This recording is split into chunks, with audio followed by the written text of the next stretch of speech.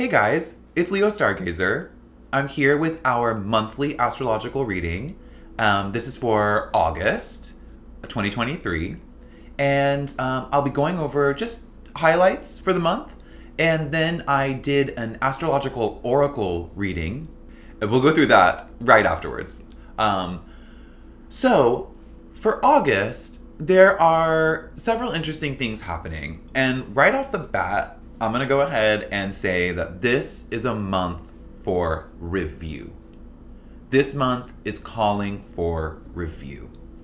We will have several planets in retrograde by the end of the month, and we are already in a process of review because Venus went retrograde in July. So we've been dealing with that for a couple weeks at the start of August.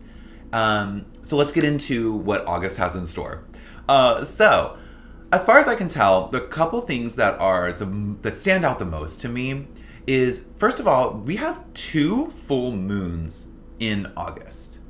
So it just happens to work out that way, to where at the first of the month, so literally August 1st, we have a full moon in Aquarius. Obviously, we'll go into super detail about that in the dailies. I do a full moon in Aquarius tarot reading on its own as well, so all of that will be available. Then we end the month with another full moon. Obviously, there's a new moon in the middle, and I'll get to that. But we end the month with another full moon in Pisces, and that full moon falls on the 30th. So right towards the end of the month as well. So we start the month with a full moon, and we end the month with a full moon. And then in between is this intense period of review. So the lunar cycles play a big role this month. A lot of the week-to-week stuff is going to be about the lunar cycles and the retrogrades I mentioned, which I'll get to as well. The new moon, though, in between those full moons, falls in Leo. We will be in Leo season still when that happens. So there's definitely this sense of pride and leadership kind of running through the month, and especially through this review process that we've been on pretty much since Venus turned retrograde in July. So full moon in Aquarius, then a new moon in Leo, and then another full moon at the end of August in Pisces. So that's the kind of lunar cycles we'll be dealing with this month. Then the other major thing that happens this month is that Mercury stations retrograde on the 23rd of August. So towards the end of the month, but because it enters its shadow, its pre-retrograde shadow on August 3rd, we really are dealing with this beginning stage of review, and then once it turns retrograde, active engagement with that review going forward. So even though the retrograde doesn't start till the 23rd, we're definitely going to be dealing with the themes of that and the transits that, it'll retrograde back towards starting on August 3rd when Mercury enters its pre-retrograde shadow. So there's also a Uranus retrograde. Uranus will station retrograde on the 28th. Those happen kind of often. Uranus is often in retrograde. So we'll focus on that more towards the end of the month in the weeklies and in the dailies. I will go into a little bit more detail about that. But again, that's just further talking about review. Uranus will be in Taurus, so there'll definitely be review of those themes, whatever house you have in Taurus. Obviously, themes of reviewing rebelliousness, reviewing how you approach things uniquely, things like that. But we'll get to that towards the end of the month. Obviously, the bigger retrograde story is Mercury stationing retrograde. And also because Venus is still in retrograde and will be when Mercury stations, there is just this enhanced sense of review. So that really is the key word for the month for me. Review, review, review. In the astrological oracle spread, hopefully that will give us some insight into what aspects of our life we need to review, how we need to lead from that. I wanted to choose just kind of a broad approach to that. So that's why I chose that spread for this month. Mars will move into Libra this month as well, towards the end of the month on the 27th of August. So There's a few transitional things happening. Lots of stuff in review is the main key, obviously. And I didn't mention, but Mercury is in Virgo. So all of this review is happening in Virgo. Or not all of this review, but the Mercury's part of this review is happening in Virgo. Venus is still retrograde in Leo. And like I said, Uranus will be retrograde in Taurus. So Virgo, a big one this month. Leo, still dealing with those themes. And then with Uranus with Taurus, we've been dealing a lot with Taurus recently. Uranus has been in Taurus for a while, so we know the story there. So this is just going to be a continuation of a little bit of review of what Uranus has done for you in Taurus over the last couple weeks. But that, again, that's not until the end of the month. So how are we going to approach this month of review? How are we going to approach this month where we get 2 full moons? So potentially the promise of completing multiple projects, potentially the promise of, if not completing, because again, it's about review this month, then the idea that we reach complete states of our review process. I think the full moon in Aquarius at the very beginning of the month should give us some insight into our own unique perspective, hopefully how we've been approaching Venus retrograde in particular, because I think that's a lot about our unique perspective on things like love and beauty and pleasure. And then the full moon at the end of the month in Pisces, obviously kind of watery. We're at the beginning of the month now, so I'm not quite sure how that's going to play out. But we definitely will see. And I think that the Pisces full moon is going to be very imbued with how we've been on this journey, because Mercury will be in retrograde by that point. But we have this new moon in Leo right in the middle of the month, and that is really going to be kind of shining a light for us on or at least giving us an idea of how we can start to approach all of this review process with sense of pride, a sense of leadership, even a little sense of playfulness. So hopefully that new moon in Leo in the middle of the month can help us prepare for Mercury going retrograde, can remind us of what Venus retrograde in Leo has been doing for us, and go from there. Venus will station direct September 3rd, so this month too is kind of like the push for Venus retrograde to learn everything we can. Mercury retrograde in Virgo comes in towards the end of the month to be like, oh, and by the way, make sure you're focusing on every single detail imaginable. But again, we will be focusing on all of that. I want to keep this a little vague.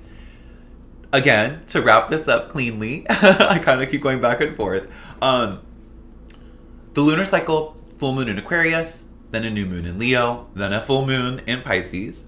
We have Mercury stationing retrograde on the 23rd. We have Mars moving into Libra on the 27th. And we have Uranus stationing retrograde on the 28th.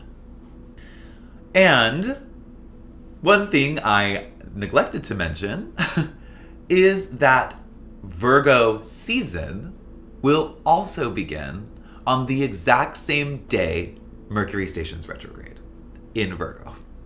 So the sun will come in and say, I'm going to shine a light on Mercury retrograde for everyone. I'm going to make sure the spotlight is turned from Venus in retrograde in Leo, where the sun was shining a spotlight on. The sun then moves that spotlight into Virgo and starts shining it onto this Mercury retrograde, or really almost simultaneously that will be happening. Because the sun will move into Virgo, and then a little while later in the day, Mercury will station retrograde right under the sun's spotlight. So Virgo season begins, and then review of Virgo everything begins as soon as Mercury stations retrograde that same day. So September 23rd is definitely a day I'm going to be looking at and focusing on. So I just wanted to mention that before we get into our astrological reading, that Virgo season will also begin the same day as Mercury retrograde, just to add a whole bunch more detail-oriented focus onto everything. But that's exciting. Details for review is a beautiful place to be. Why not get it all done at once? So let's move on to our astrological oracle reading and see if that gives us any insight. Okay, guys, so this one's going to be a little bit different. The way that I do the astrological oracle reading is I divide it up into 4 sections. And so I'll divide the deck up into 4 stacks. And that stack will be the houses, the zodiac, the planets, and the lunar phase. So this helps us understand the different phases. And I get this spread from labyrinthos.com. It is a very effective spread for broad approaches. It's a very effective spread for specific astrological events. I like to use it on the monthlies because it tends to keep things broad, but also like categorized correctly to where I think it kind of hits all the points. The intention that I'm going to use today is review, for obvious reasons I've discussed. Review is the name of the game this month, and so I want us to really see how we can be guided towards that. What I'll do is before I draw a card, I'll shuffle each stack and then draw the card on top of that stack, and then I'll do the interpretations from there. So let's get started. Okay, so what I'll do is I will draw each card, and then I will mention which card I draw. But then after that, once the whole spread is revealed, I will go over each individual interpretation. Okay, so after shuffling the first stack, the card that I draw in the house position, which is the area of life. So the area of life that our review will most likely be taking place in. The card that I draw there is the 6th house. Okay. I'll move on to the second stack, the zodiac. The zodiac position is approach. How should I approach this review? And the card that I draw here is Leo. Seems appropriate.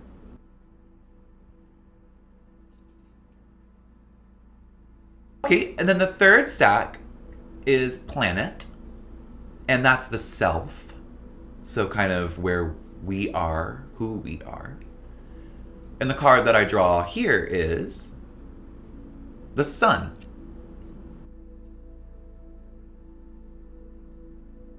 Okay, tying directly back into Leo. We'll get back to that too. Then in the final stack of lunar cycle, advice. So kind of what can we use to guide ourselves in this review process, or how we should lead, I guess. And that card is the waning crescent moon.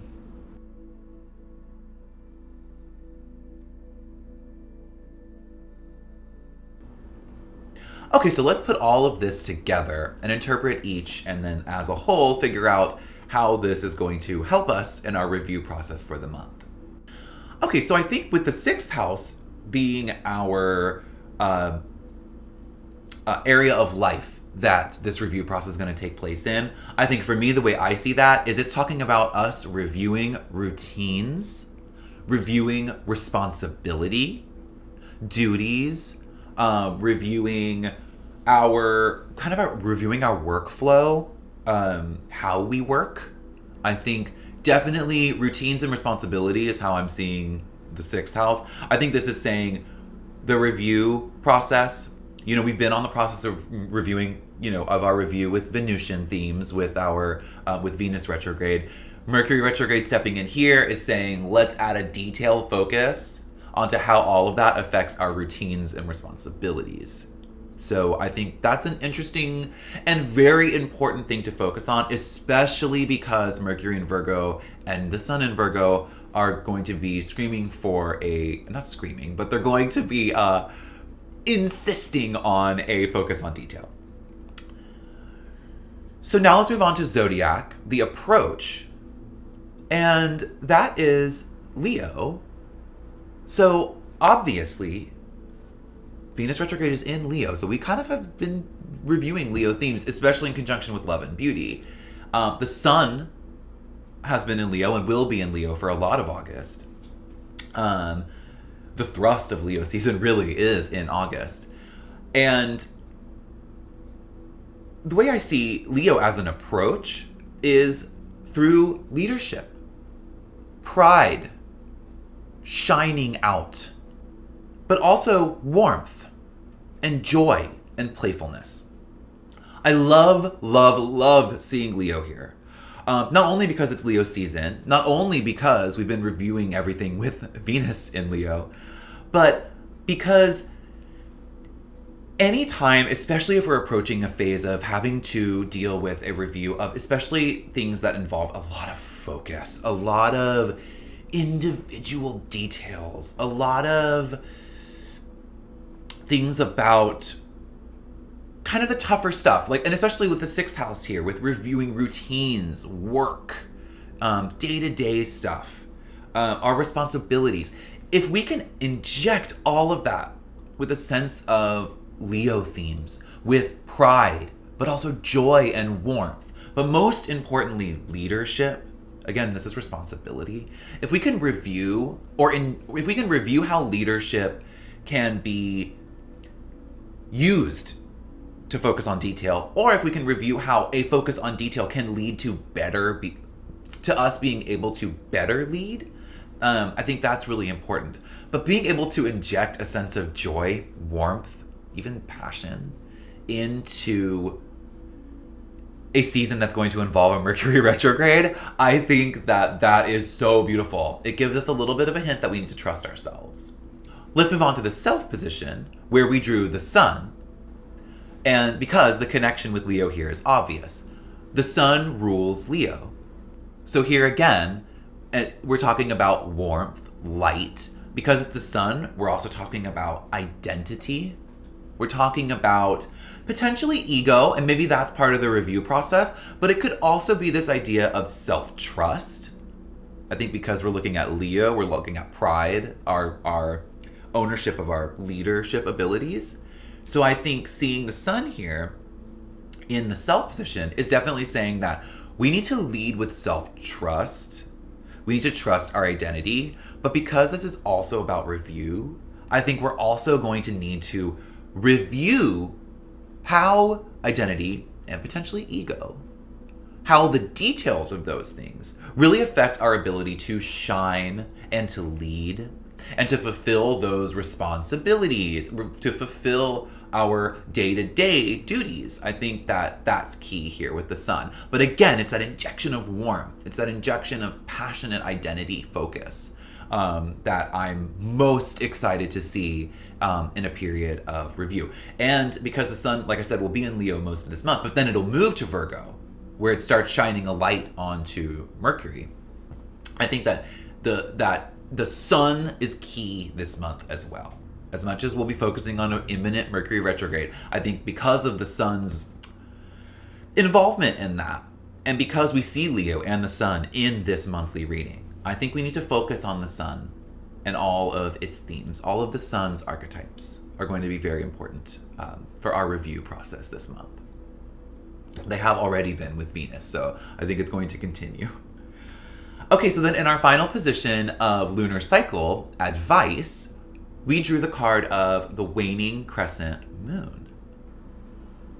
So what I love about seeing this card here is that this is clearly calling for us to have a sense of relaxation, recuperation in particular, but also a sense of release, almost a cleansing. The waning crescent moon comes right before the new moon, where the new beginning will begin. So there is a sense of review there as well. A finalizing of review of what the full moon meant for us leads us to the new moon.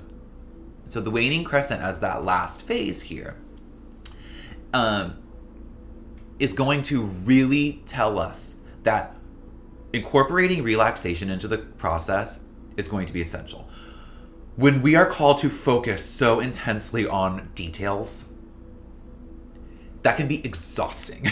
That can get really overwhelming too, especially if that's not our vibe. If we're much more free-flowing and we like to look at things in a watery way. There's 2 full moons this month. So there's all of that sense of emotional insistence and things like that too. We can get really overwhelmed. Seeing the waning crescent moon in the advice position here shows me that I need to lead the entire detailed process with a sense of cleansing. Almost as if, instead of everything being geared to preparing for Mercury retrograde, it's almost as if these retrograde phases if we approach them with this idea that their intention is to cleanse us for something in the future, is to prepare us for, or is to allow us to recuperate for some kind of, or just for the future in general, I think that if we can lead with that, that's going to be absolutely key, guys. Relaxation, recuperation is key. Leading this review period with a sense of warmth and passion and joy, but also identity and self-trust, and focusing this review period on reviewing responsibilities, reviewing routines, and the details of what all of those things mean, but with the express purpose of cleansing, of releasing. Focus on review so you can release that. Focus on the details so you can release a hold onto them. That's what we need to do this month. We need to fully engage in this review process. We really do. This month is calling for review more than most I've seen recently. Like, it's a real clear calling to review details. And here we want to review responsibilities, routines, but we have to have passion, pride, a sense of leadership, leading with identity and self-trust, while also, engaging with the focus on those things too. But incorporating that stuff with the intent of release, with an injection of relaxation. That's going to be the key. Maybe this is preparing us for something in the future. That's possible. Maybe it's just preparing us to have as sturdy of a foundation as we can. Maybe because Mercury retrograde doesn't happen till the 23rd, maybe all of these things are saying, if you can start thinking about releasing now, if you can start this, especially the pre-retrograde shadow period of Mercury, if you can go through that process with starting this thing about review, but with really the focus being on relaxation, recuperation, and release, with passion and pride, I think that's going to be the key. So that's how I'm going to do this, guys. It's a month of review. August is about reviewing. And that's okay. I'm excited. Reviewing details, like I said, can be a big challenge, but it can also be something that sets us up for the most success possible. We won't miss the details that we're bound to. We won't allow ourselves to deal with negativity if we're focusing on release and cleansing. So review, but relax. Add passion, release, and cleanse yourself this month, guys. And then hopefully we can start September with a sense of a solid foundation, being fully cleansed and released, but also in touch with ourselves to begin the next cycle. I'll see you next time, guys. Thank you.